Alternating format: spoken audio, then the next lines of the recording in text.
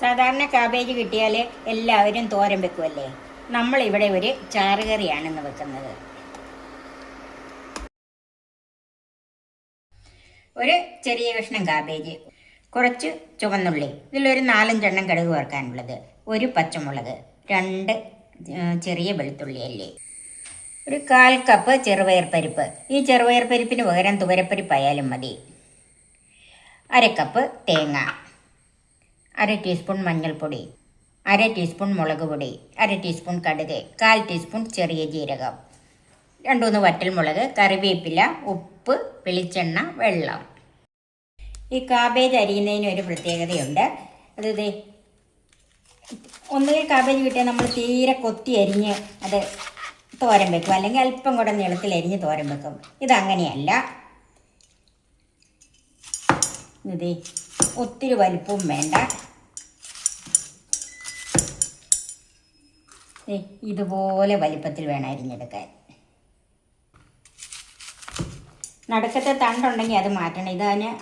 അതില്ലാത്തതുകൊണ്ട് ഞാനത് മാറ്റുന്നില്ല.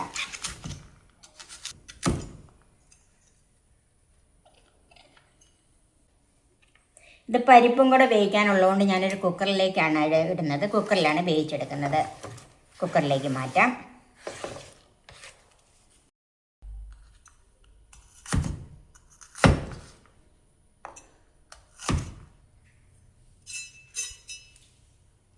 ഇതിലേക്ക് പച്ചമുളക് അരിഞ്ഞതും ഉള്ളി ചെറുതാക്കിയതും കൂടെ ചേർക്കാം.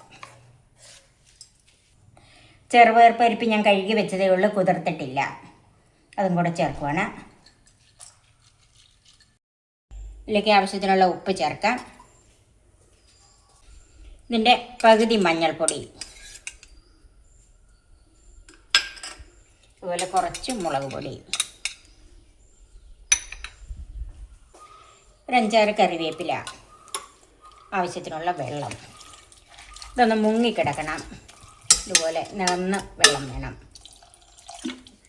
ഇത് നമുക്ക് അടച്ചു വെക്കാം. ഇത് കുതിർക്കാത്ത പരിപ്പായതുകൊണ്ട് ഇതിന് 4 വിസിൽ കേൾക്കണം. 1 വിസിൽ ഹൈ ഫ്ലെയിമിലും 3 വിസിൽ ലോ ഫ്ലെയിമിലും. അത് വേകുന്ന സമയത്തിന് നമുക്ക് ഇതിനൊരു അരപ്പുണ്ടാക്കി വെക്കാം. ഇത് തേങ്ങ അരയ്ക്കാതെയും ഈ കറി ചെയ്തെടുക്കാം. ഞാനിപ്പം തേങ്ങ അരച്ചാണ് അത് ചെയ്യുന്നത്. മഞ്ഞൾപ്പൊടി, ബാക്കി വെച്ചിരിക്കുന്ന മഞ്ഞൾപ്പൊടി, അതുപോലെ ബാക്കി വെച്ചിരിക്കുന്ന മുളക് പൊടി, ചെറിയ ജീരകം, വെളുത്തുള്ളി അല്ലി, വെള്ളം. ഇത് നല്ല പേസ്റ്റായിട്ട് അരച്ചെടുക്കണം.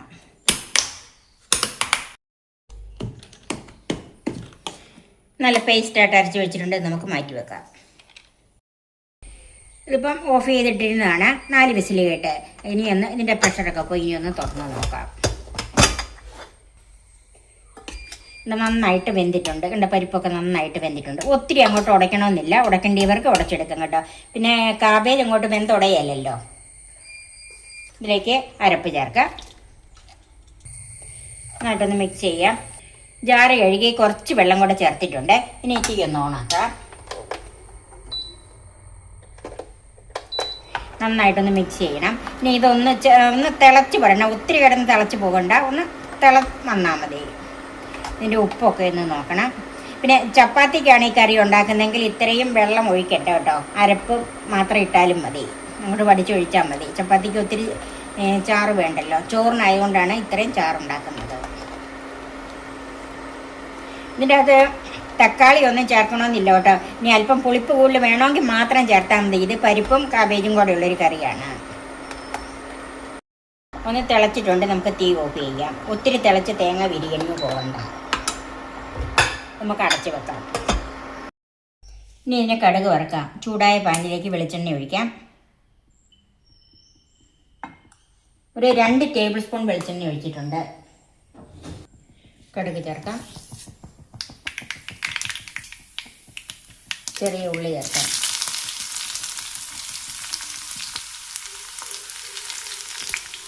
പച്ചമുളകും കറിവേപ്പിലയും കൂടെ ചേർക്കാം.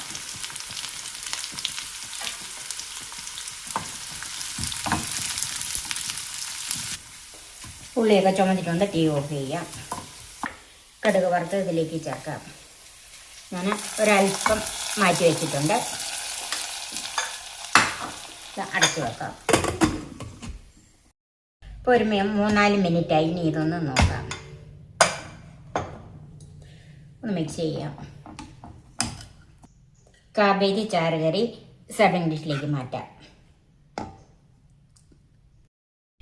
ബാക്കി വെച്ചിരിക്കുന്ന താളിപ്പ് ഇതിലേക്ക് ചേർക്കാം.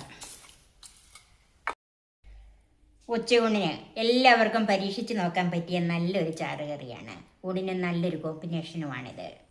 ഈ കറി നിങ്ങൾ ഉണ്ടാക്കി നിങ്ങൾക്ക് ഇഷ്ടപ്പെട്ടാൽ നിങ്ങളുടെ ഫ്രണ്ട്സിനൊക്കെ ഷെയർ ചെയ്ത് കൊടുക്കണം. നിങ്ങളുടെ കമൻസ് അറിയിക്കണം. പുതിയ പുതിയ വിഭവങ്ങളുമായി നമുക്ക് വീണ്ടും കാണാം. ഞാൻ സോഫി കുര്യാക്കോസ്.